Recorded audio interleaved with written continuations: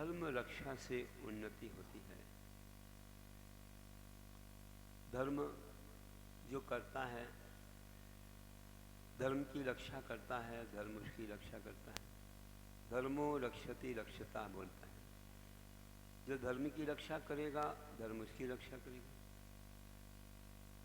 तो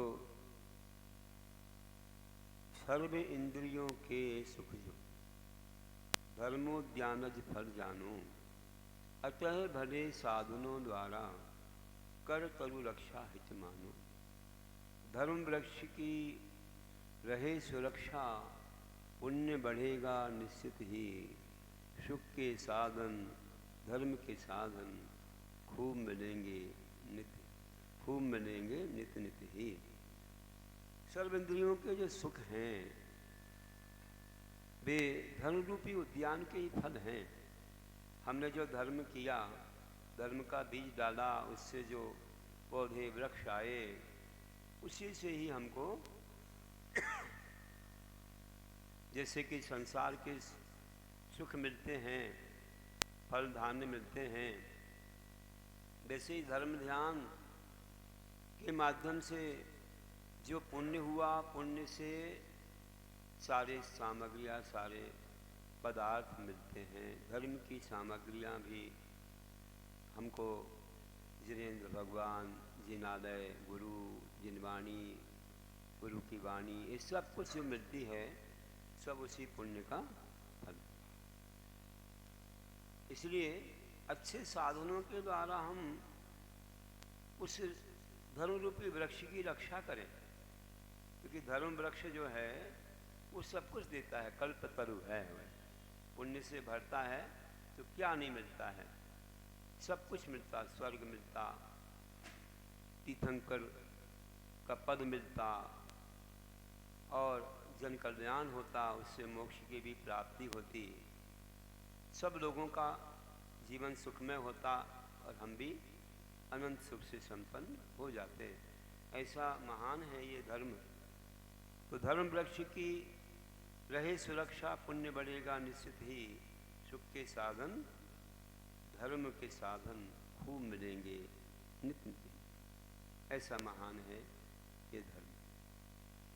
और उस धर्मात्मा को आगे आगे कैसे कैसे लाभ मिलते हैं। तो धर्म मोक्ष का कारण होता, ना सुख में बाधक होता। ना भय कर भवि विमुख ही होना, पर हो तक साधक होता। जब तक मोक्ष मिले ना भवि को, साठ जिनेश्वर धर्म रहे। धर्म भाव भव पार लगावे, अंतिम भविष्य शर्म रहे। सर्व मतलब सुख है और सर्व मतलब दुख होता है। तो धर्म ये मोक्ष का कारण है। रत्नत्रय धर्म है, अहिंसा परमो धर्म है, दशलक्षण धर्म है, या वस्तु स्वभाव धर्म है। कार्तिक अंतरिक्षा में बोला है, स्वामी कार्तिक अंतरिक्षा महान ग्रंथ है। कहा है कि धम्मो बत्पु सहाओ, खमादि भावो या दशवहो धम्मो, रणत्ययम च धम्मो, जीवाणु लक्षणों ही धम्मो। कि वस्तु का स्वभाव धर्म है, उत्तम समाधि दशलक्षण धर्म है, रत्नत्रय धर्म है, और जीवों की रक्षा करना धर्म है। इस तरह से बताया है। तो धर्म मोक्ष का कारण है, क्योंकि रत्नत्रय, सम्यक दर्शन, ज्ञान, चार प्राणी, मोक्ष मार्ग का बोला है। ये मोक्ष के मार्ग हैं। तो ये मोक्ष का कारण हो गया। ये हमारे लिए सुख में बाधक नहीं है, साधक है। इसलिए निर्भय होकर के व्यक्ति इस पर चलता है, इससे विमुख नहीं होता कभी। क्योंकि जैसे जैसे धर्म करता है वैसे वैसे उसे शांति सुख मिलती है, तो इसको छोड़ के कहीं नहीं भागता है। क्योंकि धर्म एक ऐसी शरण है जहाँ पर आत्मा की रक्षा होती है। ये हमें दुर्गतियों से बचाता है, पापों से बचाता है, और परभव तक साथ रहता है। यहाँ का धन वैभव, यहाँ के परिजन तो इसी भव तक, इस भव में भी साथ छोड़ देंगे, लेकिन धर्म हमारा साथ नहीं छोड़ता, कि जो हमको जब तक मोक्ष ना मिले तब तक हमारे साथ रहता है। तो ऐसा है ये धर्म। इसलिए ये हमारे देव शास्त्र गुरु हमेशा मिलते रहें और हम उनसे अपने दर्शन को, सम्यक दर्शन को निर्मल बनाते रहें, धर्म भाव को भाते रहें। और ये नैया है, ये हमें भव से पार लगाएगी। जब तक हमें अंतिम शिव सुख ना मिल जाए, मोक्ष सुख ना मिल जाए, तब तक ये हमें हमेशा आगे बढ़ाती रहेगी। ये धर्म की नाव है, ये किनारे पर पहुंचा देगी। ऐसा महान है। तो धर्म मोक्ष का कारण होता, ना सुख में बाधक होता, ना भय कर भवि विमुख ही होना, पर भव तक साधक होता। जब तक मोक्ष मिले ना भवि को, साथ जिनेश्वर धर्म रहे, और धर्म भाव भव पार लगावे, अंतिम भविष्य शर्म लगे। और भी कि पुण्य का कोष भी कैसे भरता है, ऐसे धर्म से ही भरता है। कि किसान वह जब धान्य पाए, तो प्रथम बीज रक्षित करता, शेष भोगता बुद्धिवंत वह, सुयोग में फिर कृषि करता। उसी तरह भवि पुण्य सुरक्षित, धर्म कार्य से नित करता। नहीं पुण्य फल द्रव्यादिक को, पूर्ण भोग व्रत है धरता। बोला है कि किसान वह जब धान पाता है, फसल से जब धान आ जाती, मिल जाती, फसल जो है हमको धान फल सब दे देती है, तो किसान सबसे पहले क्या करता है? पहले सोचता भैया आगे फसल पाना है, इसलिए बीज को सुरक्षित रख दो। तो बीज को सुरक्षित रख देता अगली फसल के लिए। फिर इसका भोग करता है, खाने पीने को ले लेता है कि इतना मान लो चना गेहूँ कुछ भी आया तो इतना हमने पहले रख दिया, अच्छे से संभाल के अगली फसल के लिए बीज बना दिया, और उसके बाद ये हमारे खाने के लिए हो गया। और इतना और हमको कुछ चाहिए है, वस्त्र आदि और व्यवस्था बनानी है, तो वह कुछ बेच भी देता है, तो और कुछ व्यवस्थाएं सांसारिक बन जाती हैं। इस तरह फिर वो चलता रहता है, और जो बीज रखा था उससे पुनः कृषि करता है और आगे बढ़ता चला जाता है। उसी प्रकार इस संसार में भव्य लोग पूरे पुण्य को नहीं भोगते हैं।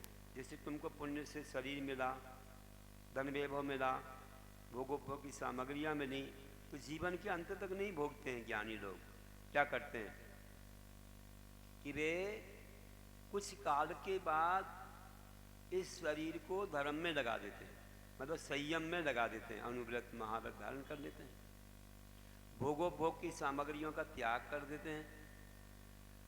तो ये बीज हो गया, अगले जन्म के लिए बीज हो गया, क्योंकि शरीर को धर्म में लगा दिया तो अब पुण्य आएगा, कर्मों का क्षय हो गया, अगले जीवन के लिए तैयारी हो गई। और जीवन भर भोगते रहेंगे, पाप करते रहेंगे, तो अगले जीवन की तैयारी कैसे होगी? इसलिए अच्छा महान पद पाना है, पद मतलब मोक्ष पद ही सबसे महान है। फिर भी बीच में इंद्र बनो, आगे चक्रवर्ती या तीर्थंकर वगैरह बनोगे और फिर मोक्ष मिलेगा। तो वह भी पुण्य को सुरक्षित रखता है, अगले जन्म को भी वह पुण्य से कमा देता है, और धर्म कार्य को नित्य करता हुआ पूरे वह पुण्य का भोग नहीं करता है, बल्कि भोगोपभोग की सामग्रियों का त्याग करके मिलने के बाद भी छोड़ देता है, तो और ज़्यादा कर्मों की निजरा हो जाती है, और ज़्यादा पुण्य मिल जाता है। पूंजी लगाते हो तो ज़्यादा बड़ा व्यापार हो जाता है और ज़्यादा फायदा होता है। ऐसे अपने पुण्य का त्याग करने से, पुण्य की सामग्रियों का त्याग करने से, सुख का त्याग करने से और ज़्यादा पुण्य बढ़ जाता है। पूंजी है ये तो और ज़्यादा अच्छा हो गया। और व्रत नियम संयम से वह ऊपर जाता है।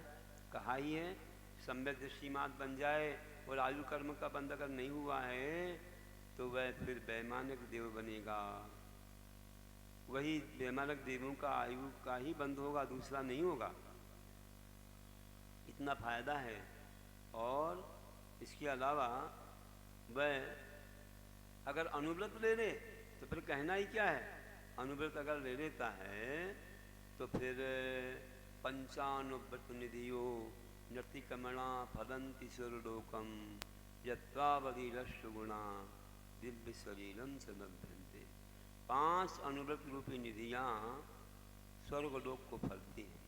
यत्र जहाँ अष्टगुणा अनिमा महिमा गरिमा लघिमा ईश्वर वशत आदि रिद्धियाँ और दिव्य शरीर और अवधि ज्ञान प्राप्त होता है। जो पंचकर्णक करते हैं देवलोग, पंचकर्णक करते हैं और मानो वे लोग ऐसे तीर्थंकरों की सेवा करते हैं और अगर लोकांतिक बन गए मुनि बन के तो एक भाव में मोक्ष, 8 सागरोपम की आयु, द्वादशांग का ज्ञान सब मिलता है। और लोकांतिक नहीं बने मानो तो प्रमुख इंद्र बन गए, सौदम इंद्र है, ईशान इंद्र है, लोकपाल है ना। तो कहते हैं कि प्रमुख इंद्र या दक्षिणेंद्र लोकपाल ऐसे बन जाते हैं तो वे पुरुष पर्याय वाले वे भी एक भाव में मोक्ष जाते हैं। कोई कोई मिथ्या से अगर सची देवी बन जाती हैं तो बाद में सम्यक को पाके वह भी इतनी सेवा करती कि उसको भी एक भाव में मोक्ष मिलता है। और चौथा काल हो तो मुनि बन के 16 स्वर्ग से भी ऊपर चले जाते हैं। अगर सर्वार सिद्धि में गए तो भी एक भाव में मोक्ष है। बाकी और अंतर विमान है, वहाँ से 2 भाव में मोक्ष है। कितना महान सुअवसर है। तो हम लोग इस धर्म को ऐसा कार्य करें, इसको बीज रूप बना करके आगे अगले भवों की व्यवस्था बना सकते हैं। तो चक्रवर्ती जो वज्रनाभि चक्रवर्ती हुए उनकी वैराग भावना में लिखा है कि बीज राख फल भोग वे ज्यों किसान जग माही तो चक्री नप तप करे धर्म विसारे ना।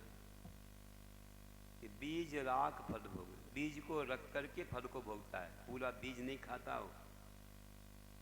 जो किसान जगमाई वैसे क्यों चक्री नप तप करे, वैसे चक्रवर्ती तप करते, पूरे जीवन भर नहीं भोगते, कुछ काल के बाद छोड़ देते हैं, भोगों का त्याग कर देते हैं, शरीर को धर्म में लगा देते हैं, तपस्या करते हैं बीज के समान। वैसे इतना पुण्य आता है, इतनी तपस्या होती है कि आगे स्वर्ग जा करके फिर मनुष्य भाव पाके मोक्ष, या फिर उसी जन्म में सारे कर्मों का क्षय करके मोक्ष हो जाता है। चौथे काल की बात, चक्रवर्तियों का ऐसा, या तो मोक्ष जाते हैं या स्वर्ग जाते हैं। ये तो 2 चक्रवर्ती किसी हुंडा और सपनी कार की वजह से नीचे चले गए, अन्यथा चक्रवर्ती में गति अच्छी ही होती है। इस तरह से हम लोग भी विचार करें कि किसान वह जब धान्य पाए तो प्रथम बीज रक्षित करता, शेष भोगता बुद्धिवंत वह सुयोग में फिर कृषि करता। उसी तरह भवि पुण्य सुरक्षित धर्म कार्य से नित्य करता, नहीं पुण्य फल वृद्धाधिक को पूर्ण भोग व्रत है धरता। तो हमारे लिए असंख्यात गुनी कर्मों की निर्जरा भी व्रत से होती है। जो अनुव्रती बन जाता है वो 24 घंटे असंख्यात गुनी कर्मों की निर्जरा करता है, जबकि सम्यक दृष्टि नहीं करता, वो तो करण लब्धि में होती है जो हो जाए थोड़ी, बाकी हमेशा नहीं होती। लेकिन अनुव्रती बन गया तो हमेशा पापों का प्रमाण हो गया उसका, इसलिए उसकी असंख्यात गुनी कर्मों की निर्जरा होती है। किससे? सम्यक दृष्टि की अपेक्षा असंख्यात गुनी कर्मों की निर्जरा। और मुनिराज बन जाए तो श्रावक की अपेक्षा असंख्यात गुनी कर्मों की निर्जरा उनकी होती है। आगे आगे बढ़ते ही जाते हैं। तत्वार सूत्र में सूत्र है सम्यक दृष्टि श्रावक आदि, इसमें बताया संख्यात गुनी निर्जरा, और जिनेन्द्र भगवान की सबसे ज़्यादा है। इस प्रकार से देखिए, तो धर्म से सुख होता है इसी बात को और कहते हुए बताते हैं कि याचक को जब कल्प वृक्ष वै फल देता उत्तम उत्तम, चिंतन से वह चिंतामणि भी फल देता है सर्वोत्तम। किंतु याचना चिंतन के बिन अक्षय मोक्ष सौख्य देता, ऐसा रहा धर्म मित्र सम भवि अशेष सुख पालेता। तो याचक को जब कल्प वृक्ष वह फल देता उत्तम उत्तम, जो याचक है कल्प वृक्ष से कहता है कि मुझे वस्तु चाहिए, क्या चाहिए आपको, मकान चाहिए, कपड़ा चाहिए, अलंकार चाहिए, भोजन चाहिए, सब दे देता है, ये पुण्य का फल। तो चिंतन से वह चिंतामणि भी फल देता सर्व, और चिंता करते हैं तो चिंतामणि रत्न सब देता है। चिंतामणि रत्न ऐसा होता है आप सोचो और मांगना भी नहीं पड़ता, चिंतन किया दे देता है। किंतु याचना चिंतन के बिन, और धर्म की महिमा सुनो, धर्म तो उससे भी बड़ा है, कल्प वृक्ष से और चिंतामणि रत्न से भी बड़ा है हमारा धर्म। कि किंतु याचना और चिंतन के बिन अक्षय मोक्ष सुख देता, ये अक्षय मोक्ष सुख भी हमें प्रदान कर देता है। ऐसा धर्म हमारा मित्र है। मित्र वह होता है जो सुखी बनाता है अपने मित्र के लिए, वही सच्चा मित्र होता है, जो कभी उसको कष्ट में नहीं जाने देता, कभी दुखी नहीं होने देता, वो सच्चा मित्र होता है। एक भाई तो फिर भी दुखी कर सकता है, लेकिन मित्र कभी दुखी नहीं कर सकता है। तो ऐसा रहा है धर्म मित्र सम भवि अशेष सुख पा लेता, वह भव अशेष सुख, कोई शेष नहीं रहता, सबसे बड़ा सुख वह पा लेता है। तो ऐसा है ये हमारा धर्म, धन्य हो। ऐसी महिमा लाई है हमारे गुणभद्र आचार्य, आत्मानुशासन में अच्छे भाव प्रकट करते हैं कि याचक को जब कल्प वृक्ष वह फल देता उत्तम उत्तम, चिंतन से वह चिंतामणि भी फल देता है सर्वोत्तम। किंतु याचना चिंतन के बिन अक्षय मोक्ष सौख्य देता, ऐसा रहा धर्म मित्र सम भवि अशेष सुख पा लेता, भवि अशेष सुख पा लेता। फिर कहते हैं कि आत्म परिणाम ही पुण्य है और पाप में भी कारण है। अपने आत्मा के परिणाम अगर अच्छे हैं, शुभ हैं तो पुण्य है, और अशुभ हैं तो पाप है। शुभ है पुण्य से, शुभ है पाप से, ये तत्वार सूत्र में बोला है। तो अपन को अपने परिणाम अच्छे करना चाहिए। कहते भावना भाव नाशनी है और भावना भाव वर्धनी है। अगर अच्छी भावना है मंगलमय धर्म की तो भाव का नाश हो जाता है, और पाप की भावना है तो क्या होता है, संसार बढ़ जाता है, संसार बढ़ जाता है, संसार में हम भ्रमण करते रहते हैं। तो कहा है कि कैसा है ये, तो पुण्य पाप का कारण जानो, निज परिणाम ही जीवन में। प्रभु कहते हैं पाप नशाओ, पुण्य भाव हो नित मन में। नियम व्रतों में तत्परता हो, पाप निर्जरा होती है। पुण्य कोश भी पूरित होता, भाव शुद्धि नित होती है। पुण्य पाप का कारण अपना निज परिणाम ही है और कुछ नहीं है। हम सोचे कोई दूसरा हमें कुछ करता होगा, पुण्य दे देगा, पाप दे देगा, दुख दे देगा, सुख दे देगा, कुछ नहीं कोई देता है। अपन जैसे परिणाम कर लेते हैं वैसे कर्मों का बंध होता है, और वह पुण्य ही और कर्म ही हमें सब देता है। पुण्य होगा तो सुख मिलेगा, पाप होगा तो दुख मिलेगा। इसलिए अपने परिणामों को अच्छा बनाना चाहिए। हर समय धार्मिक परिणाम हो, अच्छे से प्रभु का दर्शन हो, गुरु का दर्शन हो, गुरुवाणी हो, जिनवाणी का स्वाध्याय हो, जप हो, तप हो, अच्छे तीर्थ यात्रा हो, खूब गुरु सेवा हो, खूब अच्छे धर्मात्माओं की रक्षा हो, आयतनों की रक्षा के बारे में सोचें, खूब चिंतन मनन लेखन पठन पाठन में अपने मन को ज्ञान ध्यान तपो रखता तपस्वी सा प्रशस्ते, इसमें लीन रहेंगे। ना कोई राजनीति, ना कोई संसार का काम, ना कोई आरंभ सारंभ, ना कोई मात्सरी, ना कोई ईर्षा, किसी भी प्रकार के परिणाम ना करते हुए अपने परिणामों को संभालें तो अपना जीवन बहुत उन्नत होगा। जब अपनी ज्ञान ध्यान तक अपने रहेंगे तो दूसरा चिंतन आएगा ही नहीं, आना भी नहीं चाहिए। किसी को प्रोत्साहन देना है तो दे दो, किसी को पाप से बचाना तो बचा दो, विषय कसाय से बचाना बचा लो, मिथ्या से बचा लो, और उनको दुर्गति से भी हम बचा सकते हैं। हमारे पास वह क्षमता है। यही तो लोक कल्याण की भावना है। लोक कल्याण की भावना में यही तो बातें हैं कि सबका कल्याण हो, सब सुखी हों, सब लोग पाप से दूर हो जाएं और अच्छी गति में जाएं।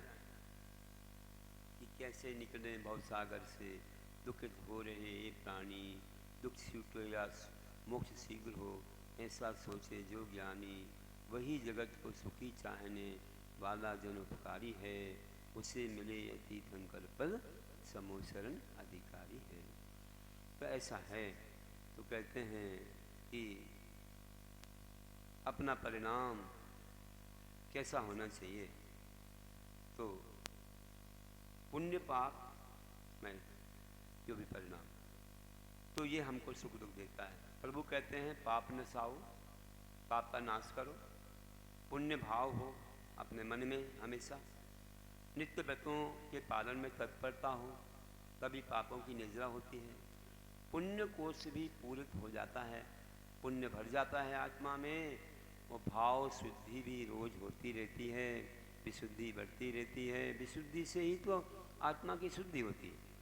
जैसे धर्म करोगे और अच्छा उल्लास आनंद होगा तो तुम्हारे लिए निश्चित रूप से आत्मा की शुद्धि होगी। और तुमने अगर भाव को निर्मल नहीं किया तो आत्मा की शुद्धि, कितना भी धर्म कर लो लेकिन भावना अगर शुद्ध नहीं है तो अपनी आत्मा की शुद्धि नहीं होगी, पाप की निर्जरा नहीं होगी। विशुद्धि के बिना शुद्धि होती ही नहीं है। विशुद्धि बढ़ती है जब 5 पापों का त्याग होता है, विषयों का त्याग होता है, वह विशुद्धि ही हमारी आत्मा की शुद्धि का कारण बन जाती है। तो पुण्य पाप का कारण जानो निज परिणाम ही जीवन में। प्रभु कहते हैं पाप नसाओ, पुण्य भाव हो निज मन में, नियम बटों में तत्परता हो, पाप निर्जरा होती है, और पुण्य कोश भी पूरित होता, भाव शुद्धि नित होती है, भाव शुद्धि नित होती है। विषय सुखों के साथ धर्मोपार्जन करना असंभव है। कोई बोले कि विषय सुख भोगते रहें और हमें पुण्य का अर्जन हो जाए, तो नहीं होगा। विषयों से तो पाप ही आएंगे, क्योंकि राग जो है कर्मों के बंध का कारण है और वैराग कर्मों से छूटने का कारण है। ये आचार्य कुंद कुंदेव ने समय सार में बोला है कि रत्तो बंधधिकम्मं मुंसदि जीवो विराग संपन्नो, ऐसो जनो विदेशो तम्मा कम्मेषु मारज्य। हे जीवो, हे बब जीवो, रत्तो बंधधिकम्मं, रागी जीव कर्मों को बांधता है, वो मुंसदि जीव विराग संपन्नो, और वैराग संपन्न जीव कर्मों से मुक्त होता है। ऐसो जनोपदेशो, ये मेरा उपदेश नहीं है, जिनोपदेश, जिनेन्द्र भगवान का उपदेश है, तम्मा कम्मेषु मारज्य, इसलिए तुम कर्मों में राग द्वेष मत करो, क्योंकि ये कर्म बंध के कारण है। तब विषयों में तो राग द्वेष होता है, जहाँ राग है तो द्वेष भी है, द्वेष है तो राग भी, ऐसा होता है। इसलिए राग द्वेष को छोड़ो। तो मोह बसी वै धर्म नाश कर, इंद्रिय सुख का भोग करे, पापी जड़ से वृक्ष नाश कर, फल पाने उद्योग करे।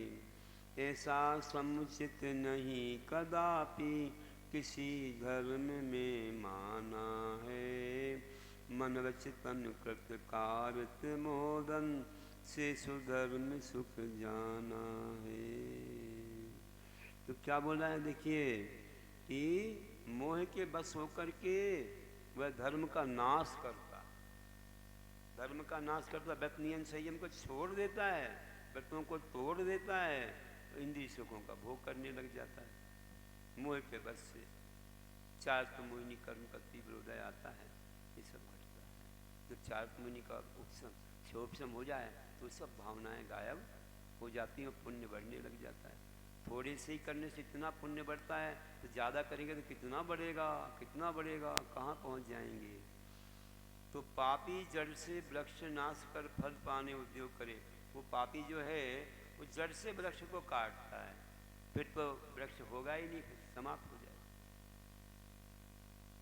तो उसका फल पाने के लिए उद्योग करता है। जब कृष्ण वेश्या अपन पढ़ते ना, तो देखो कोई व्यक्ति आम पाने के लिए जड़ से काट रहा है, उसको नीचे से काट रहा मूल से, बताइए आप, फिर वृक्ष कहाँ से होगा, कहाँ से फल आएंगे, किसी को भी नहीं मिलेंगे। इसलिए ध्यान रखना कि ऐसा ना हो। तो जड़ से काटने से तो कुछ नहीं, मात फल चाहिए तो फल ले लो, पके पके, कोई तो पके पके देता है, कोई गुच्छा देता है, कच्चे भी आ जाते हैं, कोई डाली तोड़ता है, कोई पूरी पूरी बहुत बड़ी डाली को तोड़ रहा है, कोई वृक्षों काट रहा है। अलग अलग अपने अपने भावों से वेश्या बनती है। और ये वेश्या जो है हमको बहुत ज़्यादा कर्मों के बंध में कारण बन जाती है। इसलिए अशुभ वेश्याओं को छोड़ना चाहिए। तो ऐसा समुचित नहीं कदापि किसी धर्म में माना है, मन में चिंतन कर कारण मोदन से सुधर्म। तो किसी भी धर्म में नहीं कहा ऐसा कि तुम धर्म को नष्ट करो, संसार सुख के लिए धर्म को नाश करो, ऐसा कभी नहीं किसी धर्म में बोला। न किसी धर्म में बलि में धर्म बताया है, न हिंसा में धर्म बताया है, न कोई आमिष खाना धर्म है, न मद्यपान पर करना धर्म है, कहीं पर नहीं बताया। लेकिन लोग अपनी मनगढ़ंत बातें जोड़ देते हैं, कुछ भी करने लग जाते हैं और राग मोह विषयों में धर्म मानते हैं, खेल कूद में धर्म मानते हैं, है ना। जैसे देवी देवता जो हैं पाप कर रहे हैं, उसी में उनको धर्म हो रहा है, शादी विवाह ये वो क्या धर्म है? धर्म तो त्याग से होता है, धर्म तो वैराग्य से होता है।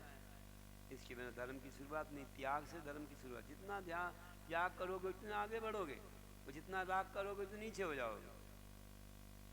रागी लोग नीचे रहते हैं, वैरागी लोग ऊपर होते हैं। क्यों होते हैं? हमारे भगवान के पास कोई अलंकार नहीं, इतने ऊपर बैठे हैं, और सिद्धों के पास तो शरीर भी नहीं हो, सबसे ऊपर बैठे हैं। तो जितना त्याग करता है वो ऊपर जाता है। सफ़ेद बस वाला और ऊपर आया, और इसके बाद फिर शुल्लक महाराज, फिर और सब आदि का मुनि, और फिर गुरु और भगवान, कितने ऊपर गए। जितना छोड़ते जा रहे हैं उतना ऊपर जाते हैं। इस प्रकार से जानना कि ऐसा है, ये धर्म बहुत महान है।